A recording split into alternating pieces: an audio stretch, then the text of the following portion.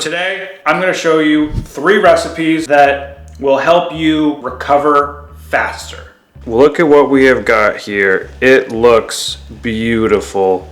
We just need some oats, eggs, bananas, cinnamon, vanilla extract, whole milk. You can use whatever milk you want though.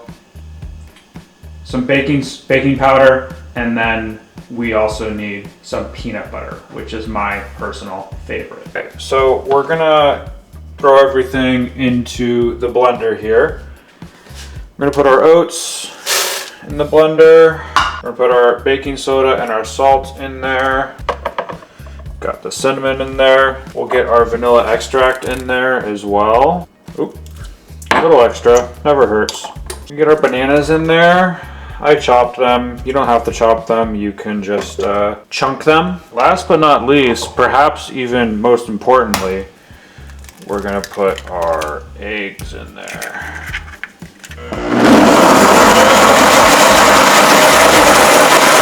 I almost forgot the most important part of this, and that's the peanut butter. A cup of milk. That will make it a nice batter for you.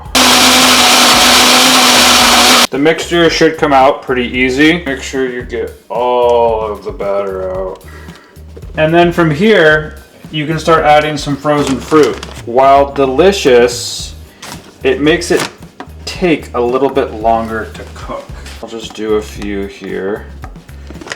Fun Easter eggs. And again, is it like these frozen strawberries? They're gonna add. And we're just gonna take some peanut butter. Just gonna do a light drizzle of peanut butter. We just need to put it in the oven. As you can see here, we've got a little bit of the dough or the batter coming off with it. So I'm gonna leave it in a little bit longer. Gotta let it sit for 5 to 10 minutes to cool, and then it'll be good to eat.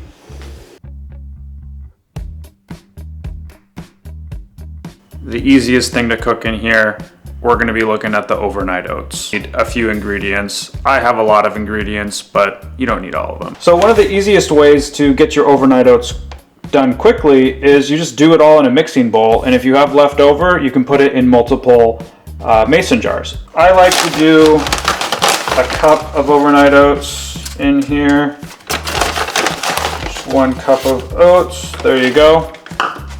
Good to go. Just some Greek yogurt, just about half a cup in there. A cup of milk, just a pinch of salt. Some vanilla extract in here as well, special ingredient to make it taste good. A little spoonful of chia seeds. And you'll want to put about half a banana in here. I love frozen blueberries, so I add a lot of them in here just because they're so dang good. I'm gonna add a little bit of cinnamon in.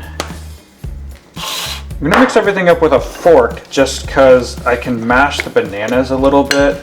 But if you don't have a funnel, like I don't, I can't seem to find mine, you can put your mix into a plastic bag, and then after you've put it into a plastic bag, grab a big scissors, cut off a huge chunk there, and then you can kind of like a cake, you can squeeze everything out. All the goodness out of here.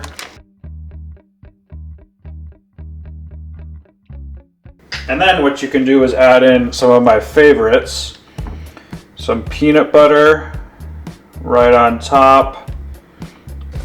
And then additionally, some pumpkin seeds. I put in some frozen strawberries, kind of around the sides here. Get to them. And then to really up level this, you can add just a little touch of cacao powder. And there you have it, beautiful overnight oats.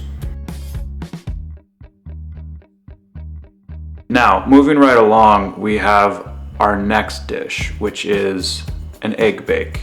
Super simple, super easy to set up, and we're gonna get into it right now. Now, what you're gonna need for all of this is everything that goes into a scramble. So I've got eggs, I've got bell peppers, pre-sliced, onions pre-sliced, mushrooms pre-sliced, cottage cheese, more on that in a second, spinach, and then cheese. And we're gonna have some other special ingredients too, but these are the main ones that you need, bare minimum. We have to cook down our veggies to avoid the wateriness of the egg bake.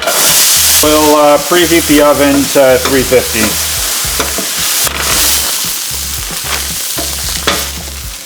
Minutes or so.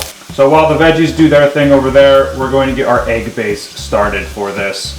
Black pepper, salt, a little bit of nutmeg, and then some thyme.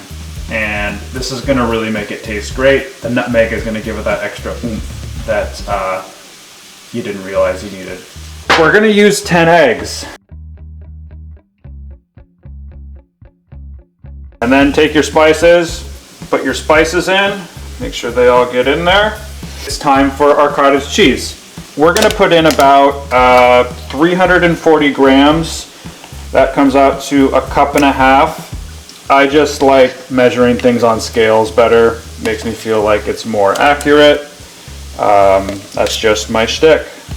So we'll get all of this in here till we get to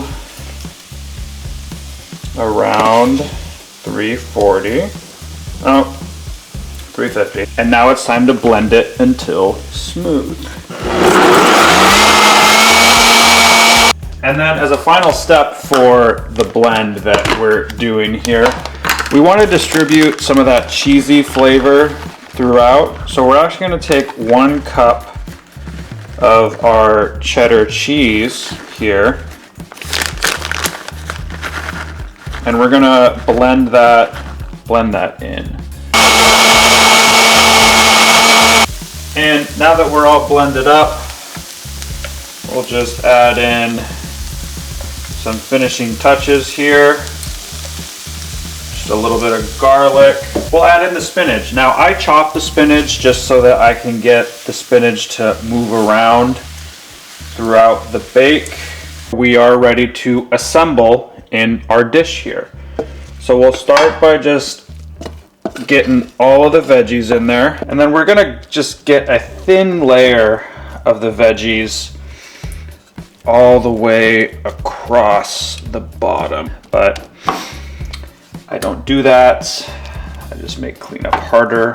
The thing is we don't want anything to get too wet. So I'm just going to like quickly just pat the veggies dry here. Light little dusting of cheese here. And now we're gonna take the mix that we've made, and we're just gonna start distributing that over. And now we're gonna take our cheese, we're gonna sprinkle the rest of it on top. Personally, I like to take some slices of cheese and just put them on top here. This beauty that we've made, and we're gonna put it in the oven. It is gonna be absolutely delicious.